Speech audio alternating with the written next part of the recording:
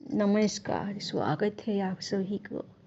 आज की विषय है छठ व्रत की अति सुंदर कहानी। बहुत समय पहले की बात है।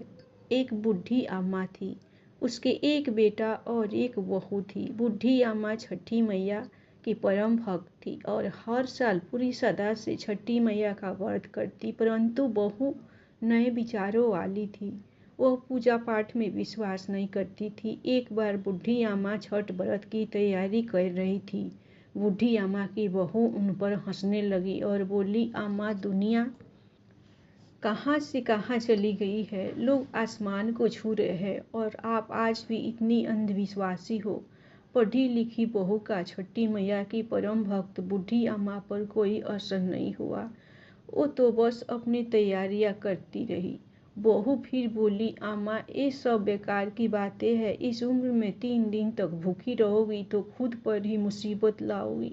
ना जाने क्यों भूखे प्यासे रहकर लोग खुद को सताते हैं। नई बहू की बातें सुनकर बूढ़ी अम्मा मुस्कुराई और बोली, बहू, शादी के बाद मेरी संतान नहीं हो रही थी, तो मैंने इन्हीं छठी मैया के व्रत को किया। तब छठी मैया ने मेरी पुकार सुनी और ये तेरा पति छठी मैया का ही प्रसाद है।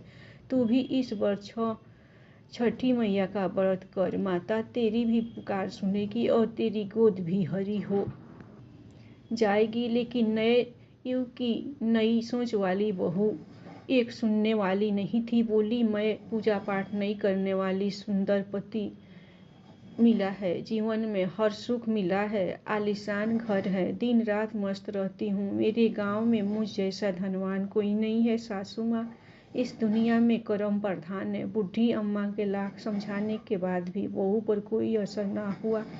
वो नास्तिक थी। इतने में बूढ़ी अम्मा का बेटा वहाँ आया और बोला, ठीक है, तुम्हें पूजा पाठ नहीं करनी है तो मत करो, लेकिन तुम मेरी माँ से झगड़ो मत और जाकर तैयार हो जाओ। छठ माता के घाट पर जाने का समय हो गया है। बहू बिना रुचि के उनके साथ घाट पर जाती है, लेकिन वहाँ पूजा करने की बजाय वो मेला घूमने चली जाती है। कुछ देर बाद उसका पति उसे वहाँ न पाकर ढूंढने लगता है तो वो हलवाई के पास स्वादिष्ट पकवानों का मजा लेती नजर आती है। पति उसे कहता है, अरे तुम यहाँ तक आई हो, कुछ देर माँ के साथ बैठो। पत्नी झुठलाकर बोली, ना जी, मैं पूजा पाठ में नहीं बैठने वाली, मैं तो मेला घूमूंगी, आप ही करो ये पूजा पाठ। पति वहाँ से चला जाता है और स्नान करने को जैसे ही डुबकी डुबकी लगाते ही वह डूब जाता है और जोर जोर से छींकने लगता है, लेकिन किसी को भी उसकी आवाज़ नहीं आती। जैसे ही बूढ़ी अम्मा को पता चला कि उसका बेटा डूब गया, वो जोर जोर से रोने लगी और छठी मैया से बोली, माँ, मुझसे तेरी भक्ति में कौन सी कमी रह गई जो तूने मेरी गोद सुनी कर दी। बोलो माँ, हमसे ऐसी क्या भूल हो गई। हम तो घाट पर तुम्हारी पूजा करने आए थे, तुमने तो हमारी दुनिया ही उजाड़ दी। माँ, यदि मुझसे जाने अनजाने में कोई भूल हुई हो तो उसकी सजा मेरे बेटे को मत दो। ऐसा कहकर बूढ़ी अम्मा जोर जोर से रोने लगी। उधर मेले में शोर मचा कि घाट पर एक व्यक्ति डूब गया। सुनकर बहू दौड़ी दौड़ी वहां आती है और देखती है कि उसकी सास रो रही है और उसका पति डूब गया है, तो उसे सदमा लग जाता है। वह जोर जोर से चीखती हुई बूढ़ी अम्मा से कहती है, मैंने पहले ही कहा था, ये छठ के चक्कर में मत पड़ो, सब ढोंग है, अंधविश्वास है, और देखो आज मेरा पति मुझसे दूर चला गया। ये घटना देखकर सभी लोग मन में छठी माता को पुकारते हैं, हे माँ, इस बुढ़िया की पुकार सुन लो, छठी मैया तो है ही दयालु। माता कभी अपने भक्तों को निराश नहीं करती। इधर पुत्र वियोग में बूढ़ी अम्मा जैसे ही जान देने नदी में कूदने लगती है, तभी नदी में से एक लहर उठती है और उसी लहर में से बूढ़ी अम्मा का बेटा बाहर आ जाता है। यह देख छठ घाट पर खड़े सभी लोगों की आंखें खुली की खुली रह जाती है।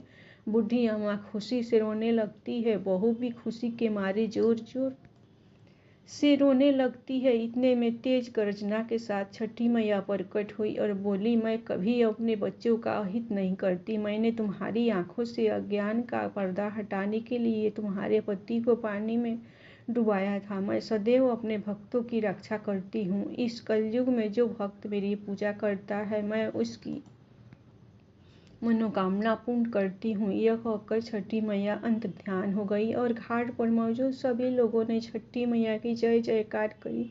छठ व्रत पूजा विधि। छठ देवी भगवान सूर्य देव की बहन है, जिनकी पूजा के लिए छठ मनाया जाता है। छठी मैया को प्रसन्न करने के लिए भगवान सूर्य की आराधना की जाती है। छठी मैया का ध्यान करते हुए लोग माँ गंगा, यमुना या नदी के किनारे इस पूजा को मनाते हैं। इसमें सूर्य की पूजा अनिवार्य है। साथ ही किसी नदी में स्नान करना भी इस पर्व में पहले दिन घर की साफ सफाई और की जाती है। दूसरे दिन खरना का कार्यक्रम होता है और तीसरे दिन भगवान सूर्य को संध्यादय दिया जाता है और चौथे दिन भक्त उदयमान सूर्य को उषा उदय देते हैं।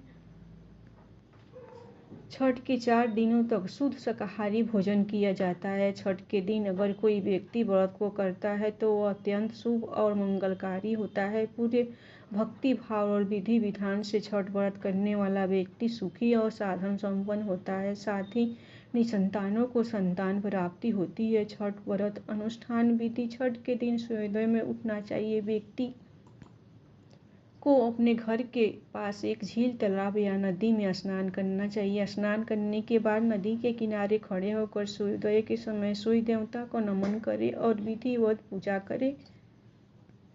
धन्यवाद। आप लोगों को छठ व्रत की सच्ची कहानी पसंद आई होगी तो आप लोग छठी मैया के नाम पर लाइक, सब्सक्राइब दिल खोलकर जरूर कीजिए। धन्यवाद।